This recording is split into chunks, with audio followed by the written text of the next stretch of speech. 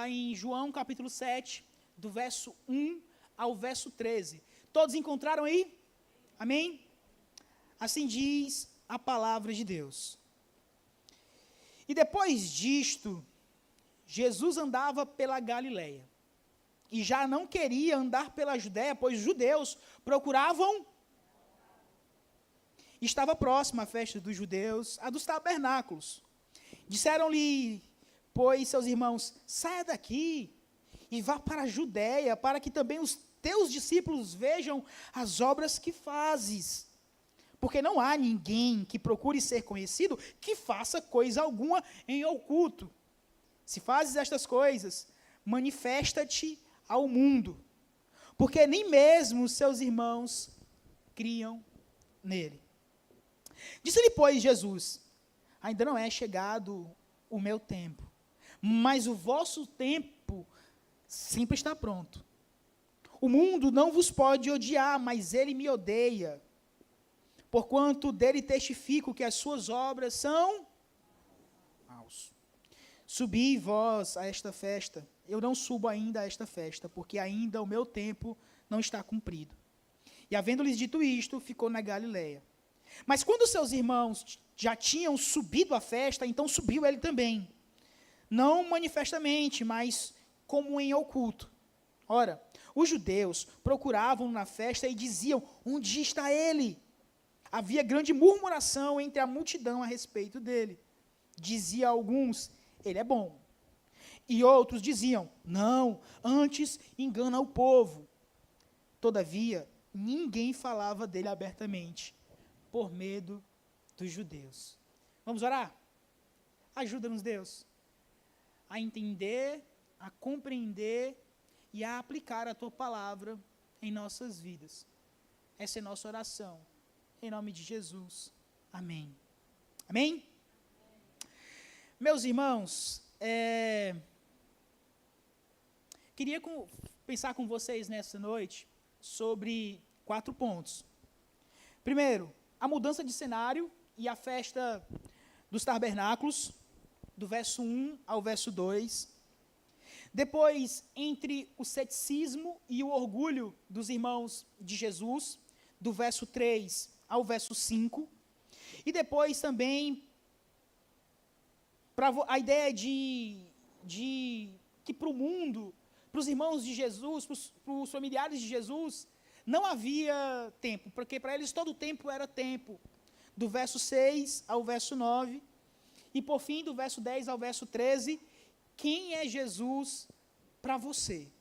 Como você precisa sair daqui com essa resposta no seu coração? Quem é Jesus para você? Por fim, a gente faz uma conclusão, 3 aplicações nas nossas vidas.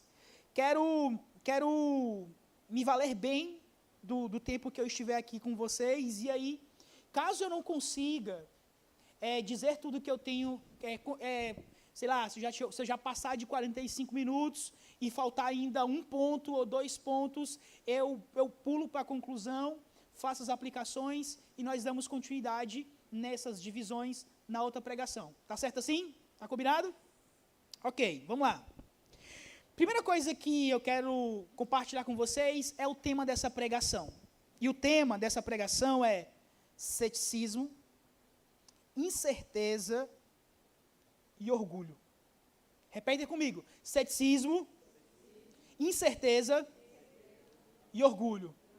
Por isso que eu disse que a música era o fio condutor da nossa pregação, porque cantamos, és fiel, cantamos com fervor, com convicção, mas a gente sabe que às vezes a gente passa por aquela porta e tudo que está no nosso coração é incerteza. Talvez nem tanto ceticismo, mas incerteza. Orgulho, que tenta se apoderar dos nossos corações. Em Atos, nós vemos que havia também um rabino dessa maneira. Nascido na região de Tarso, a atual Turquia. Um judeu da tribo de Benjamim, circuncidado ao 8º dia, hebreu de hebreu, e quanto à lei, fariseu. Quanto ao zelo, perseguidor da igreja. Quanto à justiça que há na lei, irrepreensível. que possuía cidadania romana, recebera uma excelente educação em Jerusalém. Esse homem a quem me refiro estudou aos pés do renomado rabino Gamaliel, conforme Atos 22:3. Convenhamos, nem Cristo teve essa educação, e nós vamos testificar sobre isso na nossa próxima pregação. Eu estou falando de Paulo, um homem de um conhecimento invejável em relação às pessoas da sua época, com zelo assustador quanto às obras de Deus. Um homem fervoroso quanto à religião judaica, que perseguia os seguidores de Jesus. Em alguns momentos, prendendo, em outros, matando, considerando-os como hereges, hereges que ameaçavam a pureza da lei judaica, revestido de um ceticismo singular e um orgulho distinto. Paulo, diante de toda a sua devoção, até Atos 9, não conhecia o poder, a excelência e a graça do Senhor Jesus Cristo. O grande Paulo, detentor de credenciais que superavam todos da sua época, mas com um caráter questionável. E aqui eu já deixo claro, todo homem sem Cristo possui um caráter questionável. Homens, quando vocês forem escolher uma esposa, perceba se ela tem desejo de parecer-se com Cristo. Caso contrário, ela tem um caráter questionável. Mulheres, quando for procurar um marido, tentem ver se eles possuem o caráter de Cristo. Caso contrário, ele é alguém questionável. Retire Cristo da sua vida e logo a sua dignidade se desfaz. Porque, inclusive, a nossa dignidade é inerente, ou na verdade, recebemos da parte do Senhor Jesus Cristo. Bem, enquanto eu refletia nesta passagem, eu percebi que Paulo, os irmãos de Jesus e os judeus tinham algo em comum comigo e com você. Um coração orgulhoso. Um coração que tenta se desfazer da pessoa de Deus. O orgulho, meus irmãos, nos inclina a convicções legítimas demais para ser questionada. O orgulho, exteriormente, na sua grande maioria, ele é silencioso, sorrateiro, é difícil de percebê-lo exteriormente, enquanto no interior do orgulhoso, ele brama frases do tipo, você sabe que você é o melhor, você merece o que você tem, você merece ser ouvido. Vamos, você precisa se provar para as outras pessoas. E nutrindo frases como essas em seus corações, homens e mulheres se perderam na jornada cristã. Cantamos que não somente que o Senhor é fiel, mas que Ele é bondoso. E aprove a Deus, no caminho de Damasco, resgatar e restaurar a dignidade e a vida do apóstolo Paulo, como fez com muitos de nós. Contudo, quando nós olhamos para esse texto, em relação ao que nós vimos na semana passada, nós vemos uma transição, uma mudança de cenário. E o cenário agora, em específico, é a Galileia. Irmãos, o verso 1 transmite nesse momento agora, desde já, uma quebra de narrativa. É como se fosse um evento diferente, porém digno de ser relatado. Então aqui, não é que algumas horas depois aconteceu o que está no capítulo 7. Pode ser que tenha sido dias, pode ser que tenha sido semanas até esse novo episódio. Isso porque Cristo é importante, essa transição é importante, porque Cristo peregrinou por um tempo na Galileia, por um motivo específico, manter uma certa distância, manter segurança em relação aos judeus. E aí vocês vão se perguntar assim, Jesus estava com medo dos judeus? Jesus, assim, o Todo-Poderoso, estava com medo dos judeus? A resposta, meus irmãos, está no verso 6. Jesus buscava um lugar de refúgio porque ainda não era a sua hora. Jesus sabia qual era a sua missão e optou proceder dentro dos limites que lhe pertencia, como homem, como alguém que encarnou. Que fique claro, por mais que Cristo tenha escolhido agir com precaução em relação ao perigo descrito nesta passagem, ele mesmo nunca se equivocou, nunca errou o alvo, nunca se desfez, nunca fugiu do seu real dever, da sua missão, de obedecer ao Pai. Lembrem-se, basta a gente lembrar de Filipenses capítulo 2, versos 6 a 8, que mesmo existindo na forma de Deus, não considerou ser igual a Deus. Pelo contrário, ele se esvaziou, assumindo a forma de servo, tornando-se semelhante aos seres humanos e reconhecido em figura humana. Ele se humilhou, tornando-se obediente até a morte. E morte de cruz. Então, o ponto aqui não é fuga. O ponto aqui não é medo. O ponto aqui não é fugir da sua responsabilidade. É o que o verso 6 diz. Ainda não era chegada a hora. Ainda não era o momento. E ele, como um servo obediente ao Pai, ele preferiu se abster somente naquele momento. O verso 2 nos diz que aquela festa era a festa dos tabernáculos. E essa festa aparece em Levítico, capítulo 23, do verso 33 ao 44. O Senhor instruiu Moisés a ensinar ao povo que o objetivo da festa é lembrar que os antepassados dos israelitas viveram 40 anos em tabernáculos. Outra tradução pode ser tendas. E algumas traduções bíblicas pode botar aí festa das barracas ou festa das cabanas. A festa dos tabernáculos era a celebração do que Deus fizera. Lembram que onde vocês peregrinaram? Lembram que vocês não tinham residência fixa? Lembram que vocês não tinham casas? Bem, o Senhor tirou vocês do deserto, enquanto vocês caminharam ali 40 anos, e colocou vocês uma terra. E deu essa terra para vocês, para que vocês construíssem casas, e ali também crescessem as famílias de vocês. Era uma celebração alegre, com uma duração de aproximadamente uma semana, e era realizada mais ou menos nesse período, entre setembro e outubro, quando as famílias acampavam em abrigos temporários para lembrar a fidelidade de Deus a Israel no deserto, a caminho do Egito para Canaã, sob o comando de Moisés.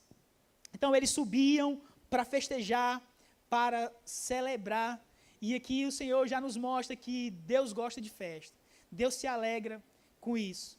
É por isso que nós não podemos nos abster assim, né? Há algumas religiões que se abstêm, tipo do aniversário, não pode fazer festa de aniversário. Não vou fazer festa. Irmãos, se você puder fazer uma festa, se você puder fazer uma grande festa, faça.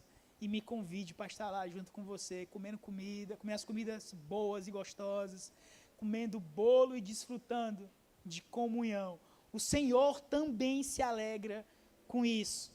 E, inclusive, eu quero que esse seja o sentimento nos nossos corações, em especial aos dias 25 e 26. Lembrando tudo que Deus fez ao longo desses últimos 17 anos para com a nossa vida. E aqui possamos festejar, nos alegrar na presença do Senhor, pela graça dEle em nossas vidas. O nosso Deus é um Deus festivo, que gosta de festa. Amém? Então acontece isso com eles também aqui no verso 2, eles se reúnem para a festa dos tabernáculos. E aí então, nós temos o verso 3 ao verso 5, o ceticismo e o orgulho. Vejam bem, o cenário mudou, sim ou não? Mudou, agora é a Galileia. A festa mudou, sim ou não? Sim, agora é a festa, não é mais a Páscoa, é a festa dos tabernáculos. Mas há uma coisa que não mudou: o ceticismo e o orgulho no coração dos homens ali à sua volta. Permanecia o mesmo. Meus irmãos, era triste saber, conforme o verso 1, a gente fica sabendo que os judeus queriam matar Jesus. Planejavam matar a Jesus. E era triste saber que eles planejavam isso. Mas, pior ainda, era a incredulidade dos irmãos. Pior ainda é a incredulidade dos familiares. E eu quero deixar registrado aqui que o termo irmão aqui descrito pode se estender a primos ou a outros parentes. Pode ser que não eram somente os irmãos de sangue de Jesus que adotaram aquela postura. Pode ser que familiares distantes também, aliás, um pouquinho mais distantes, também aderiram àquela postura de incredulidade. E aí, pensando nessa ideia de ceticismo e orgulho, eu quero pensar com vocês sobre a ideia de vanglória, de autopiedade. Porque no verso 3, o que a gente fica sabendo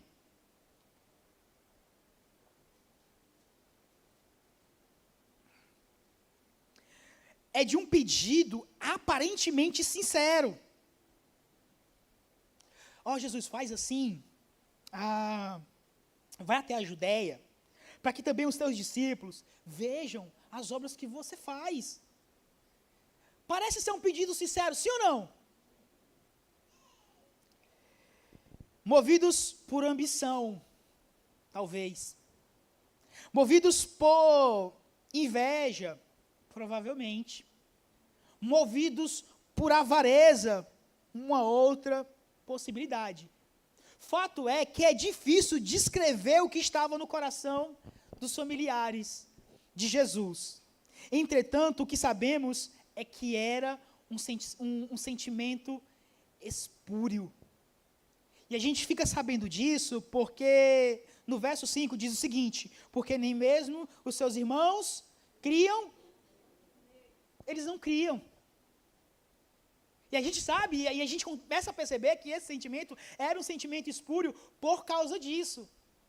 Porque eles estão apegados e estão convocando, estão direcionando, estão motivando Jesus a fazer alguma coisa, somente pelos milagres, pelo poder, não porque eles creem verdadeiramente na pessoa de Cristo. A ação dos familiares chega a cogitar que Jesus, inclusive, está buscando um certo reconhecimento, ser conhecido, verso 4, porque não há ninguém que procure ser o quê? Conhecido ou reconhecido. E aí, meus irmãos, no lugar de tentar mostrar quem era Jesus, eles, na verdade, estavam mostrando o coração deles, e o que estava no interior deles, e o que regia o coração deles, que era o desejo de ser reconhecido. Tal cogitação ganha proporções elevadas quando eles dizem assim, manifeste-se ao mundo, na continuação do verso 4. Como quem diz assim, Jesus, essa vila aqui na Galileia é pequena demais para você. Você precisa se mostrar para o mundo, para que as pessoas te vejam. Meus irmãos, no fim, eles acreditavam que o sucesso do ministério de Jesus dependia da resposta do mundo. Ou seja, eles acreditavam mais no mundo do que na pessoa de Cristo. Quão perigoso, meus irmãos, é para o ser humano realizar algo pelo simples desejo de ser reconhecido. Pior ainda é saber que a vanglória é algo cultivado em nossos dias. As redes sociais acabam também que potencializando esse pecado que aflige a raça humana. Homens e mulheres se afadigam aspirando serem reconhecidos pela sociedade.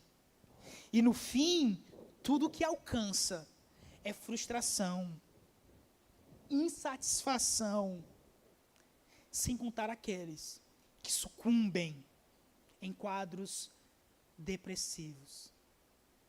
E no afã de ganhar o mundo, perdem o quê?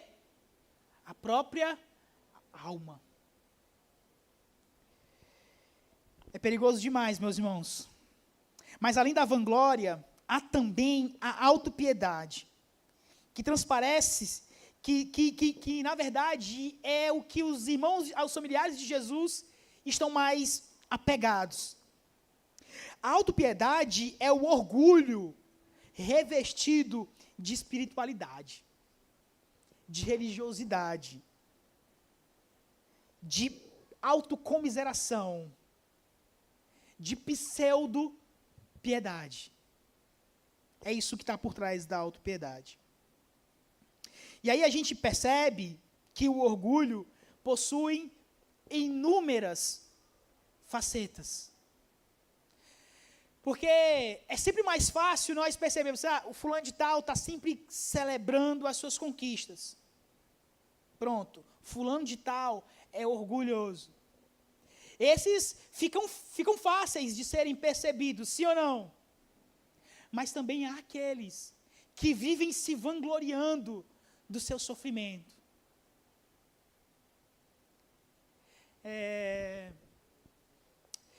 Eu creio no Senhor que tece histórias, que nos faz passar por vales profundos, tão somente para manifestar a sua glória. E que tal evento, que tal experiência deve nos servir, inclusive, para glorificar a Deus. Mas, convenhamos, é chato assim, você está do lado de alguém e diz assim, para eu passar naquela faculdade, ei, bichão, não sabe o que eu passei não, menino. Passei fome, passei não sei o quê. É chato ou não é chato?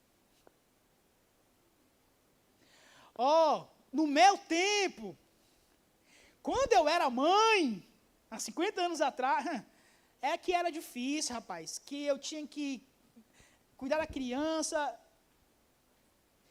Enxergar o orgulho nessas facetas é sempre mais difícil, mas ele está lá. Isso também quando ele não se finge de vítima. Você sabe, né? Sociedade, né? O mundo que a gente vive, assim, está tão difícil, né? E aí, é por isso que eu estou assim. Mas glória a Deus por isso, né? Que eu estou passando por esse momento. É Deus forjando o meu caráter. Talhando. É difícil enxergar o orgulho nessas facetas. É difícil enxergar o orgulho quando o seu ente querido está passando por enfermidade. E você começa assim, porque vocês sabem, né? O parente meu está passando por enfermidade, tal, por isso que eu sou assim, por isso que eu sou assado. É sempre mais difícil enxergar o orgulho nessas facetas da autocomiseração, da autopiedade. Meus irmãos, os homens mais perigosos,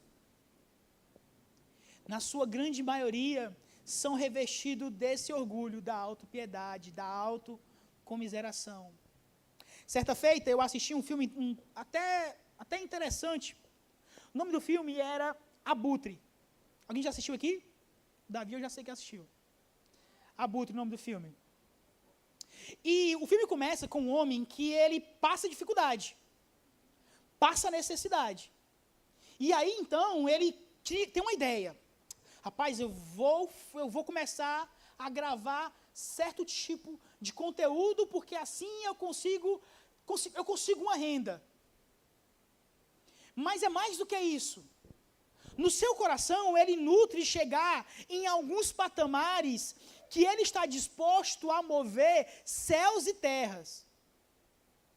No começo, o filme gera em nosso coração um sentimento de pena daquele homem, porque ele está procurando dentro de uma sociedade talvez não tão igual, um lugar ao sol. O problema é que ele começa a acreditar nessa realidade, e por causa dessa realidade, ele se sente no direito de fazer qualquer coisa por aquilo, para galgar os patamares que ele tanto sonhou. Então ele faz. Então ele mata. Então ele rouba. Ele engana. Ele faz tudo. Mas me causa... É o tipo de filme, lembra que eu disse para você, você gosta de filme de final feliz? Esse não é um. Esse filme me causa ânsia, porque tudo que ele faz é na ideia de um sonho. O sonho de buscar um lugar ao sol. Qualquer pessoa poderia dizer assim, rapaz, esse cara está somente, sei lá, lutando por um sonho. Ah, pastor, não há orgulho aí. Poderia acabar ele morrendo, né? Mas não, o filho da mãe conseguiu. E no fim, o filme se fecha assim, meio tipo, aí faça aí, tire aí a sua conclusão, pense o que você quiser. Um homem que estava disposto a fazer qualquer coisa pelo seu sonho, nutria no seu coração um sentimento orgulhoso.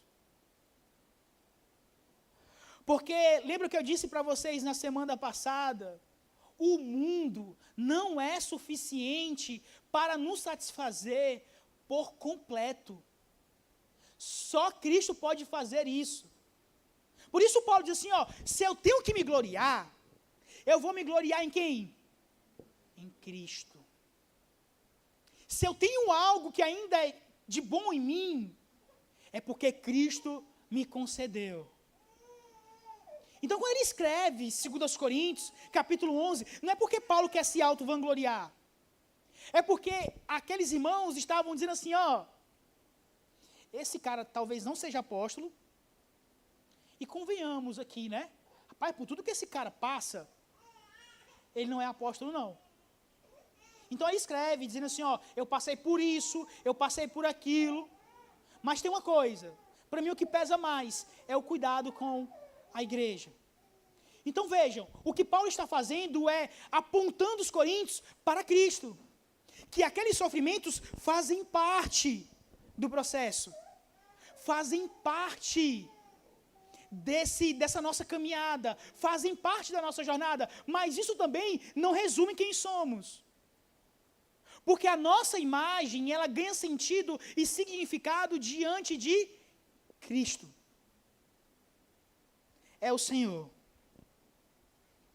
O problema é que a gente não consegue perceber isso. Eu quero que fique claro aqui que o pregador, que tal ensino não significa que o pregador já dominou todas essas áreas.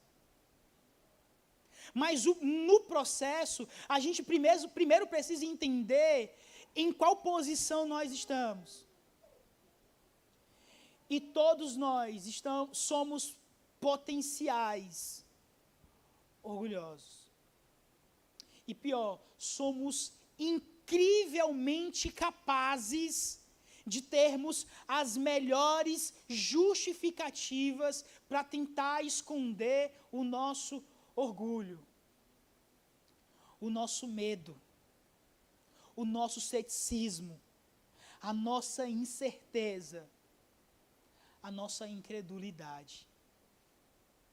Se você tiver dúvida que você é alguém criativo, tinha nada a ver com a pregação aqui, mas se você tiver dúvida que você é alguém criativo, saia daqui com essa convicção. Você é alguém criativo. Basta você pensar nas suas justificativas que você deu para não vir ao culto. A justificativa que você criou para não vir. Isso já mostra que você é criativo. Já mostra que você tem criatividade para criar realidades e coisas. Agora sim, aí você só precisa apontar para o local certo. Colocar no local certo. Amém? Somos todos criativos, sim ou não? Sim, todos nós somos. A começar pelas justificativas que damos. Então, meus irmãos, o que nós conseguimos perceber nos familiares de Jesus é esse orgulho travestido de autopiedade. Vai lá, Jesus. Mostra para o mundo o que você pode fazer. O problema é que o desejo dos seus familiares, e muitas vezes, e também é o nosso desejo também, o objetivo é só um: a busca por reconhecimento. Os irmãos de Jesus, os familiares deles, limitavam a glória de Cristo a demonstrações de poderes. Mas a verdade é que esse grande poder seria demonstrado plenamente na sua crucificação. A cruz, que é um símbolo de vergonha, é onde se manifesta o poder majestoso e glorioso de Cristo Jesus. É a cruz. É a ressurreição de Cristo, onde nós vemos a manifestação poderosa do nosso Deus. Eles estavam procurando poderes, mas a cruz é quem revelava tal poder. Entendam, meus irmãos, ver os milagres, ouvir os ensinos e viver na companhia de Jesus não foram suficientes para converter os seus familiares. Que, como disse o verso 5, o que é que diz o verso 5?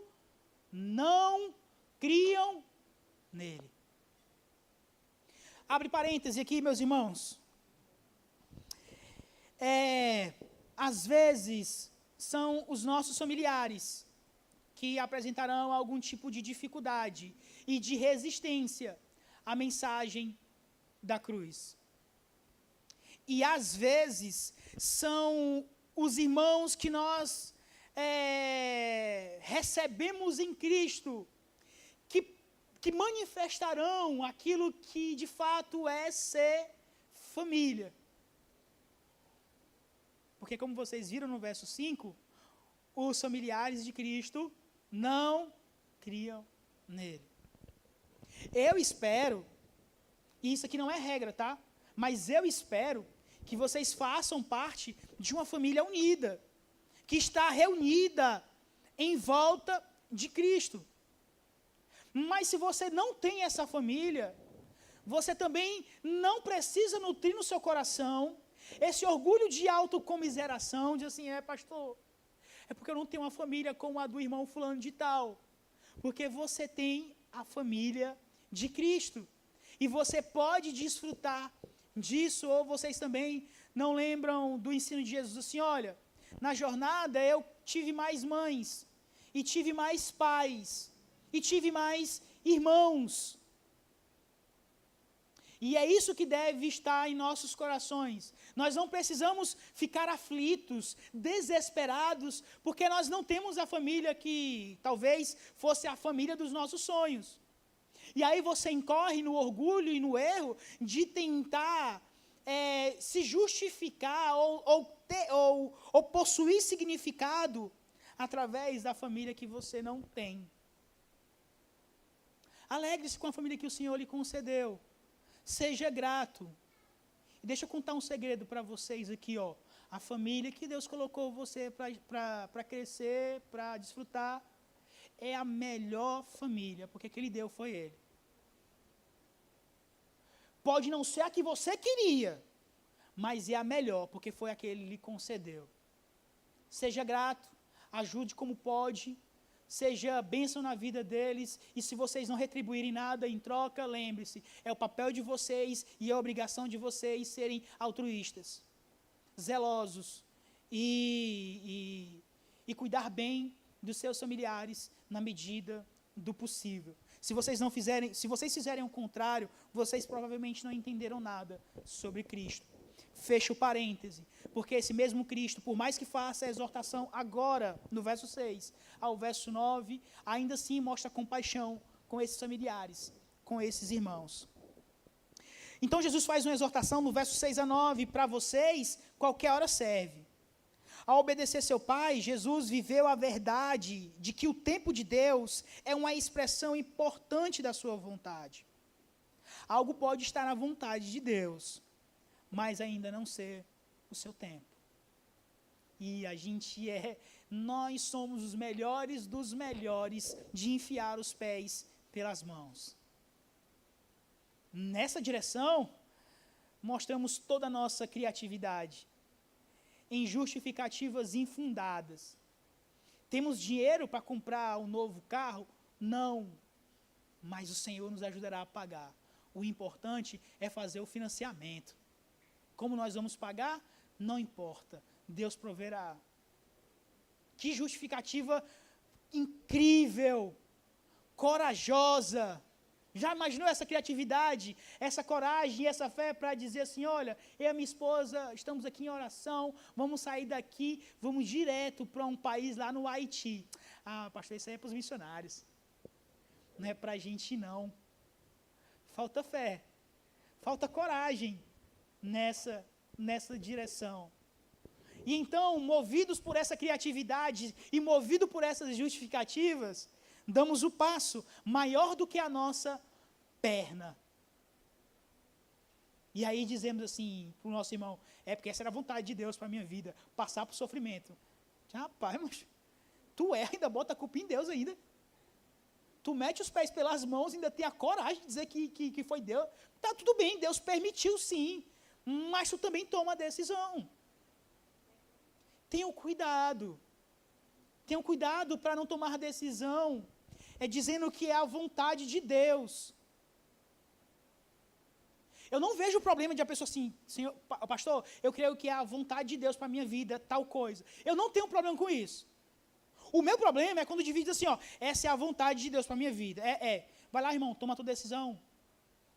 Uma semana depois, as coisas começam a dar errado, assim, pastor, acho que essa não era a vontade de Deus, tem outra coisa para mim. Ele mudou.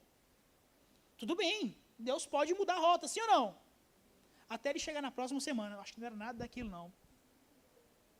É outra coisa o que Deus... Rapaz, mas Deus muda, né? Fica mudando toda hora, toda semana ele está mudando os planos dele. Temos cuidado com relação a isso. Mas o que é mais perigoso é quando você tem tempo para tudo. Para mim, todo tempo é tempo para fazer o que for no sentido de ganhar dinheiro. Mas quando for relacionado às coisas de Deus, aí não, né? Aí Deus espera, porque Ele é eterno, né? Aí espera um pouquinho, não, vou fazer agora não, vou fazer daqui a um mês. Não vou hoje não vou fazer tal coisa, não vai dar. Poxa, esse dia não vai dar não, pastor, eu estou muito ocupado.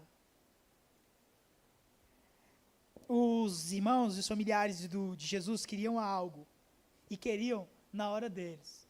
Mas Jesus diz assim, não é o tempo. Há coisas que Deus vai te permitir desfrutar, amém? Há coisas que o Senhor dará para vocês de presente. Mas há algumas coisas que Ele vai dizer assim, eu preciso que você espere. E enquanto você espera, eu estou talhando o teu caráter. Enquanto você espera, eu estou forjando o seu caráter. Para que quando você chegue lá, você lembre-se assim, eu cheguei aqui porque o Senhor me conduziu até aqui. É por isso que a glória é dele. E é por isso que o louvor seja dado a Ele. Porque foi Ele que me conduziu nessa direção. Eu penso que os 40 anos do deserto era exatamente para isso. para inclusive peneirar aquelas pessoas para entrar na terra prometida. E muitas vezes Deus faz assim conosco. Lembrem-se, algo pode estar na vontade de Deus, mas ainda não ser o seu tempo. Jesus falava, inclusive também, do verso 11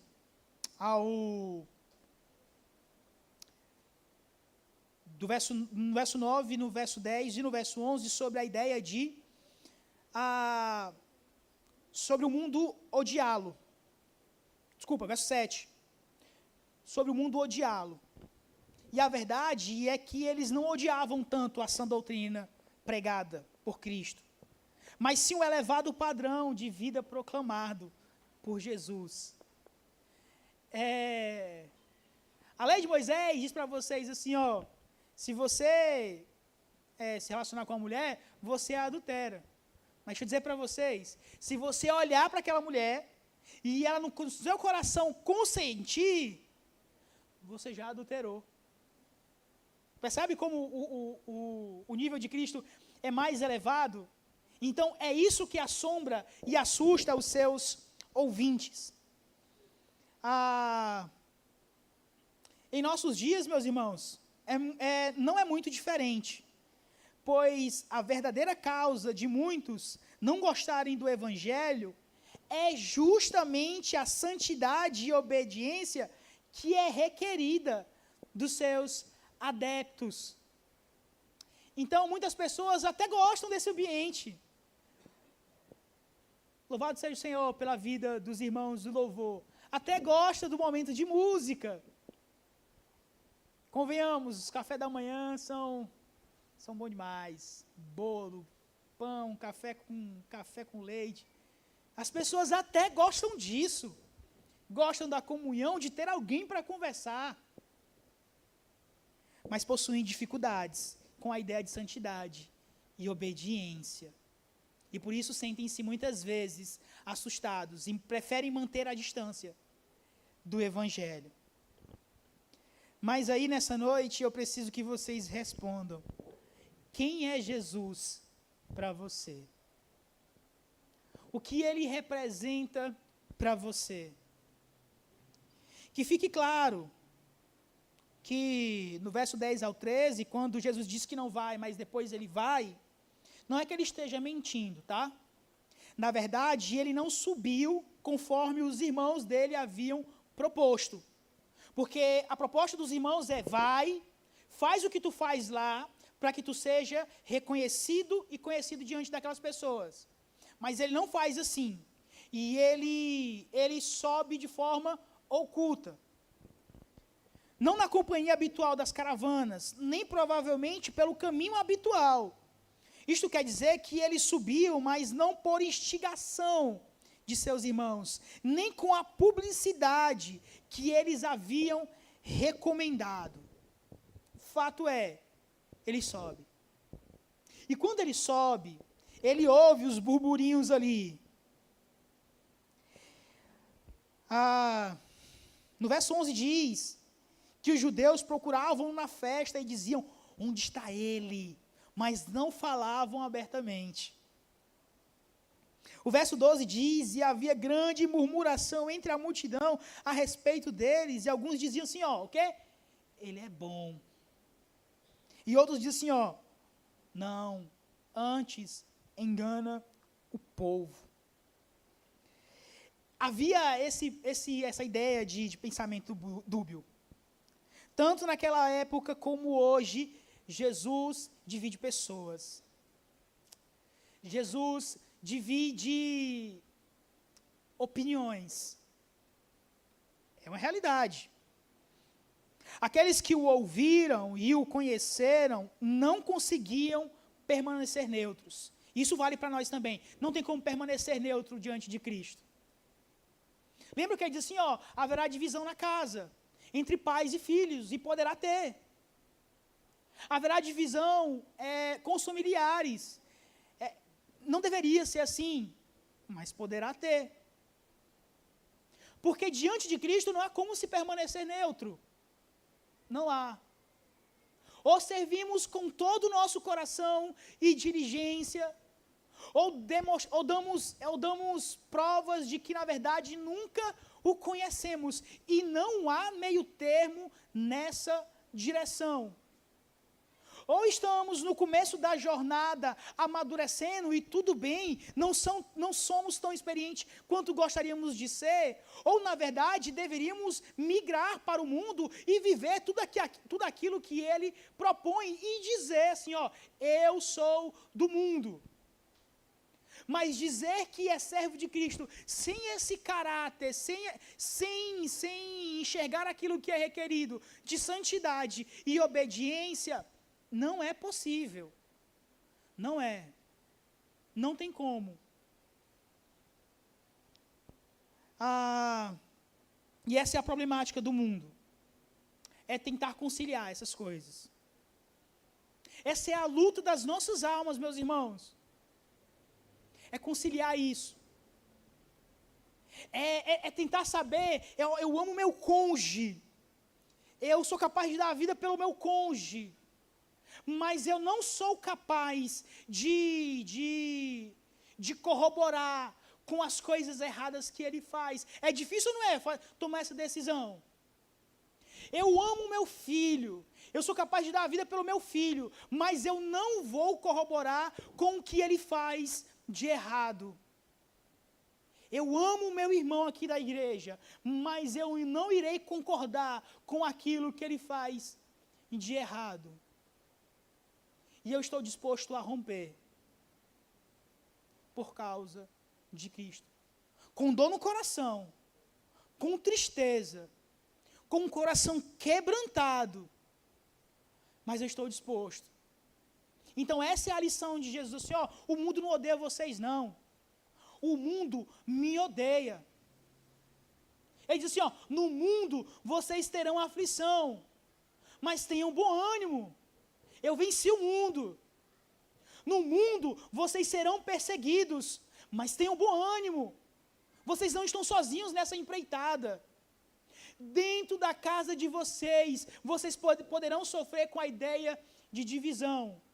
Contanto que você não seja chato, contanto que você não seja, talvez, alguém revestido de autopiedade, que se vale da religiosidade e da espiritualidade para subjugar, corromper ou oprimir o seu familiar, pode romper. Só cheque seu coração se você não é um chato de galocha. Se você não é alguém que está tentando fugir atrás de uma autopiedade. Se certificou, já viu, então assim, você não precisa corroborar com o seu cônjuge, nem com o seu filho, que está fazendo algo errado. Então eu concluo, que fique notório, que em meio a pensamentos dúbios, o Senhor Jesus Cristo resplandeceu sua poderosa verdade diante de opositores que desejavam a sua morte. Ele não titubeou, ele não balançou, ele fez o que tinha que ser feito. Ele publicamente proclamou a verdade de Deus, mesmo diante da oposição. Ele não negociou, ele tinha princípios. Ele sabia qual era a sua missão. Ele sabia que o real sentido não era nem tanto agradar os homens, mas agradar a Deus. E eu sempre falo aqui, ó, quando vocês baixam demais as exigências do Evangelho e de uma vida com Cristo, para tentar satisfazer o teu cônjuge, o teu filho, achando que no afã de tomar essa decisão, você irá ganhá-los, vocês perdem os dois. Perdem os filhos e perdem a comunhão com o Senhor. Andam por aí moribundos. Andam por aí sem vigor espiritual. Andam como quem sem autoridade, sem intrepidez, sem ousadia. Porque no coração nutre a ideia de que precisam ser obedientes, de que precisam ser sensatos. Mas na convivência sabe que abrem precedentes para manter a comunhão com aqueles que estão em casa. E aí vocês perdem os dois. Aí depois a culpa é do pastor, a culpa é da igreja pela falta de ousadia, falta de intrepidez. Não, não. É porque você passou a negociar o que era inegociável. Cristo negociou com seus irmãos, com seus familiares. Negociou? Não. Ele tinha princípios. Ele tinha uma missão. Ele era obediente ao Pai. Se iremos ganhar os nossos familiares, eu não sei. Só Cristo sabe. Mas fato é, nós não podemos negociar. E aí então eu parto para três aplicações. Primeiro, irmãos, tenham cuidado com a raiz de todos os pecados. O orgulho. Não é que o orgulho é um entre outros. O orgulho é onde nasce todos os outros. O orgulho é o terreno fértil para que todos os outros germinem. E ele geralmente usa alguns adubos ali: ceticismo, incerteza e orgulho. É isso que muitas vezes está no nosso coração. Tenham cuidado, tenham cuidado. Aprendam a esperar o tempo de Deus para as vossas vidas. O seu tempo nem sempre é o tempo de Deus. Se coincidir, bênção. Louvado seja o Senhor. Mas se ainda não chegou, calma aí, os solteiros, dá uma segurada. Relaxa. Senhor, dá-me sabedoria. Talvez essa demora é porque Deus sabe que se você entrar agora no casamento, só vai trazer problema.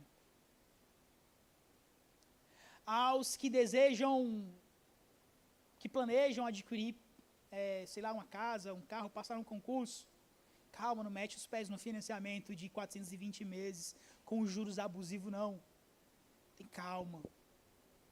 E se for entrar, entra, mas entra pelo menos para a garantia da parcela que tu vai pagar, para depois tu não pagar e o banco tomar a tua casa. Tem calma. No processo, Deus está forjando o caráter de vocês. E Ele é capaz de mover céus e terras para isso. Não por você, mas porque Ele é fiel em todo o tempo. E por fim, decida hoje quem é Jesus para você. Ele é bom ou ele engana o povo? Não há como ser neutro diante de Cristo. Não há como você nutrir no seu coração a ideia de que pode ser da igreja e do mundo. Não dá. É como água e óleo, não tem como misturar. O que você precisa é decidir, é tomar posição. E, diante dessa posição, você caminhar numa jornada santa e obediente ao nosso Deus.